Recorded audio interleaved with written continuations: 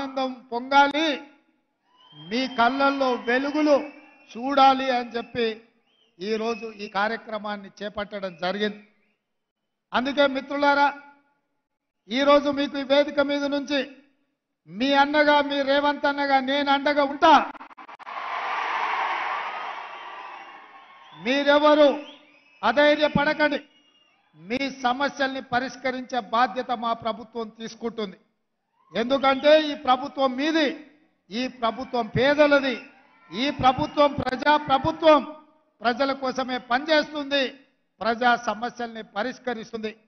అందుకే ఈరోజు రాష్ట్రంలో ఉన్న లక్షలాది మంది నిరుద్యోగ యువకులకు ఈ వేదిక మీద నుంచి పిలుపునిస్తున్న, ఆనాటి ప్రభుత్వం చిక్కుముళ్ళు వేస్తే ఒక్కొక్క చిక్కుముడిని విప్పుకుంటూ సమస్యల్ని పరిష్కరించుకుంటూ స్టాఫ్ నర్సుల ఉద్యోగాలు మన ఆడబిడ్డలు మన చెల్లెలకు 6,956 ఉద్యోగ నియామక పత్రాలు ఇదే ఎల్బీ స్టేడియంలో అధికారికంగా వాళ్ళకు అందించడం జరిగింది. ఆ తర్వాత సింగరేణిలో ఉన్న కారుణ్య నియామకాలు 441 దీర్ఘకాలికంగా పెండింగ్లో ఉంటే ఆ సమస్యల్ని కూడా పరిష్కరించి నక్లెస్ రోడ్లో డాక్టర్ బాబాసాహెబ్ అంబేద్కర్ సాక్షిగా వాళ్ళకు కూడా నియామక పత్రాలు మొన్ననే మనం ఇచ్చుకోవడం జరిగింది. ఆనాడే చెప్పిన, రాబోయే 15 రోజుల్లో ఎవరు అడ్డుపడ్డా కేసీఆర్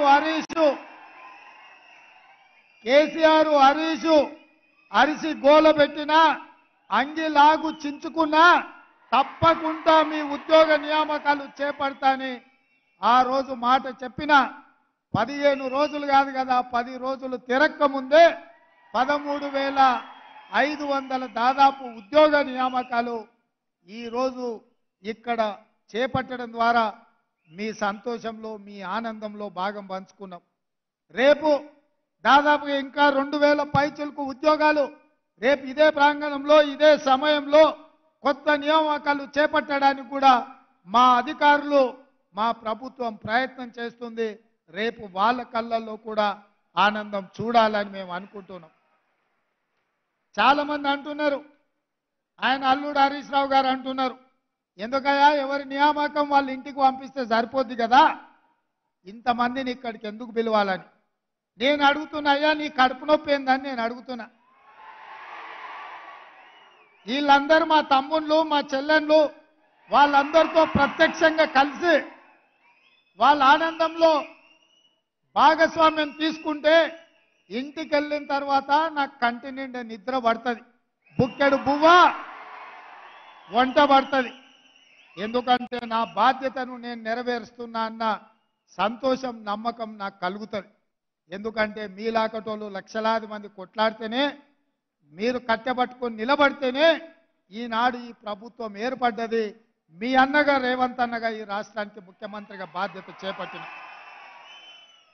అందుకే ఈరోజు ప్రతి సంతోషకరమైన సందర్భంలో మిమ్మల్ని కలుసుకోవాలని, మీరు చెప్పేది వినాలని, మీ సంతోషంలో భాగస్వామ్యం తీసుకోవాలన్న ఆలోచనతోటే ఈ కార్యక్రమాలకు ఎల్బీ స్టేడియం వేదికగా ఈరోజు ఏర్పాటు చేసినాం. ఎల్బీ స్టేడియంలో ఆయన వేలాది మంది సమక్షంలో మేము ముఖ్యమంత్రి బాధ్యత చేపట్టినప్పుడు మా కుటుంబ సభ్యులు, మా శ్రేయాభిలాషులు, మా మిత్రులు, మా అభిమానులు ఎంత ఆనందపడ్డారో, ఇవాళ మీ నియామకాల సందర్భంగా కూడా మీ తల్లిదండ్రులు, మీ సోదరులు, మీ కుటుంబ సభ్యులు ఆ సంతోషంలో భాగస్వాములు కావాలన్నదే మా ప్రభుత్వం యొక్క ఆలోచన.